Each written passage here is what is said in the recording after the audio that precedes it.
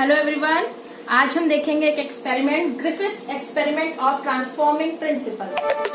19th century तक Mendel, Sutton and Boveri, Morgan और कई साइंटिस्ट ने कई प्रिंसिपल्स दिए और तब तक सिर्फ इतना ही पता चल पाया था कि chromosome in the nucleus is the genetic material जो एक जनरेशन से दूसरी जनरेशन तक जाता है। मगर what was the molecular nature of this chromosome was unknown till then. In 1926 Frederick Griffith, ये एक ब्रिटिश बैक्टीरियोलॉजिस्ट थे, ये एक एक्सपेरिमेंट परफॉर्म कर रहे थे स्ट्रेप्टोकोकस न्यूमोनाई की स्ट्रेन के साथ में। इन्होंने दो ऑर्गेनिज्म लिए थे, एक था माइस और एक था हमारा bacteria streptococcus pneumoniae. Streptococcus pneumoniae के दो स्ट्रेन लिए थे, S strain and R strain. S strain stands for smooth and R strain stands for R, rough strain. S को स्मूथ इसलिए कहा गया क्योंकि जब इनको कल्चर मीडियम में डाला गया तो स्मूथ कॉलोनीज बनी, जबकि रफ स्ट्रेन की कॉलोनीज स्मूथ नहीं थी। What was the reason behind the smooth colonies? S strain के जो बैक्टीरिया थे, इनके चारों ओर पाया गया कि एक पॉलीसैकेराइड की कोटिंग होती है जो इसको एक स्मूथ अपीयरेंस देते हैं। तो point 1, S strain smooth strain था and were with the polysaccharide coating outer. S strain virulent थे।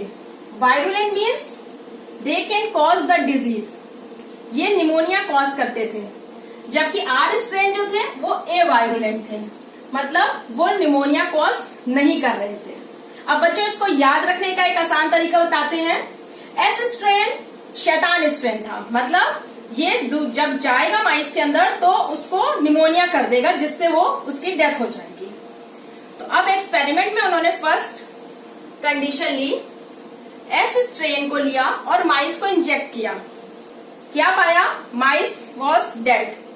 एस स्ट्रेन वायरुलेंट स्ट्रेन है तो जैसा कि समझ में आता है माइस अब डेड हो जाएगा। आर स्ट्रेन लिया, injected to mice, mice was not dead क्योंकि आर स्ट्रेन ए वायरुलेंट था, तो कोई इफेक्ट नहीं पड़ा माइस पे।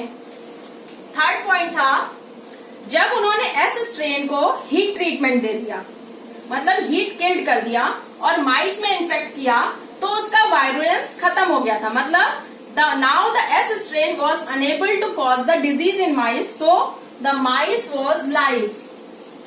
हीट किल्ड करने के बाद में जब एस स्ट्रेन को डाला तो माइस डेड नहीं हुआ। नेक्स्ट उन्होंने एक कंडीशन ली, उसमें उन्होंने हीट किल्ड एस स्ट्रेन लिए और उनके साथ में आर स्ट्रेन लिए जो लाइव थे। अब अगर देखा जाए तो लाइव आर स्ट्रेन भी डिजीज कॉज नहीं करेगा और हीट किल्ड एस स्ट्रेन भी डिजीज कॉज नहीं करेगा, मगर वो उसके रिजल्ट से बहुत सरप्राइज हो गए। क्यों? क्योंकि द माइस वॉज डेड। अगर ये दोनों ही अब ए वायरुलेंट हो गए हैं तो माइस की डेथ कैसे हुई? अब ये समझना बहुत मुश्किल था।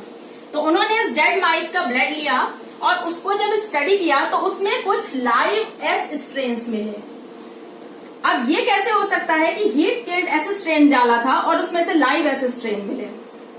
इस पे बाद में स्टडी करने के बाद कंक्लूड किया इन्होंने, कंक्लूजन ये निकला कि हीट किल्ड एस स्ट्रेन से कोई मॉलिक्यूल आर स्ट्रेन में ट्रांसफर हुआ है और आर स्ट्रेन को ट्रांसफॉर्म कर दिया है लाइव एस स्ट्रेन में।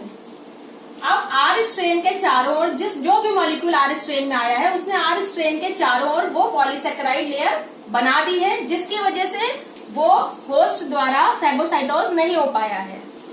तो अब ये मॉलिक्यूल क्या था ये तो यहाँ पे नहीं क्लियर हो पाया। इस मॉलिक्यूल को नाम दिया गया ट्रांसफॉर्मिंग प्रिंसिपल।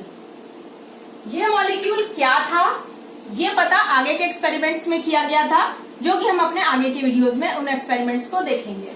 अब एक बार अगर हम समराइज करें तो इस एक्सपेरिमेंट को 1926 में फ्रेडरिक ग्रिफिथ ने किया था। वो ब्रिटिश बैक्टीरियोलॉजिस्ट थे। इसमें दो ऑर्गेनिज्म थे, mice and streptococcus pneumoniae. Streptococcus pneumoniae के दो स्ट्रेन लिए गए थे, S strain and R strain.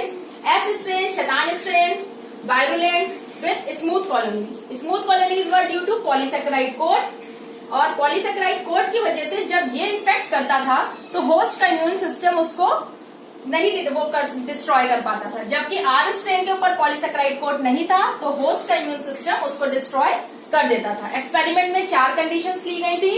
S strain injected to mice, mice dead. R strain the avirulent strain when injected to mice, mice was live. When S strain was heat killed, the mice injected with that was not dead, but to the surprise when heat killed S strain with R strain injected to mice, mice was dead। जब बाद में blood analysis की गई तो देखा गया उसमें live S strain पाए गए। इसको कंक्लूड ऐसे किया गया कि जो हीट किल्ड S स्ट्रेन थे उससे कोई मॉलिक्यूल R स्ट्रेन में ट्रांसफर हुआ और R स्ट्रेन को ट्रांसफॉर्म कर दिया लाइव S स्ट्रेन में विद द पॉलीसेकेराइड कोटिंग, जिसकी वजह से होस्ट इसको डिस्ट्रॉय नहीं कर पाया और होस्ट में माइस में डिजीज कॉज हुई निमोनिया और वो डेड हो गया। तो आपके क्वेश्चंस के यही इंपॉर्टेंट पॉइंट्स हैं जिसपे क्वेश्चंस बन सकते हैं, तो काइंडली एक बार इसको ध्यान से पढ़िएगा। आगे के एक्सपेरिमेंट्स जो DNA as a genetic material के एविडेंस के लिए किए गए हैं वो हम लोग अपने नेक्स्ट वीडियोस में देंगे। Thank you everyone for your patient listening.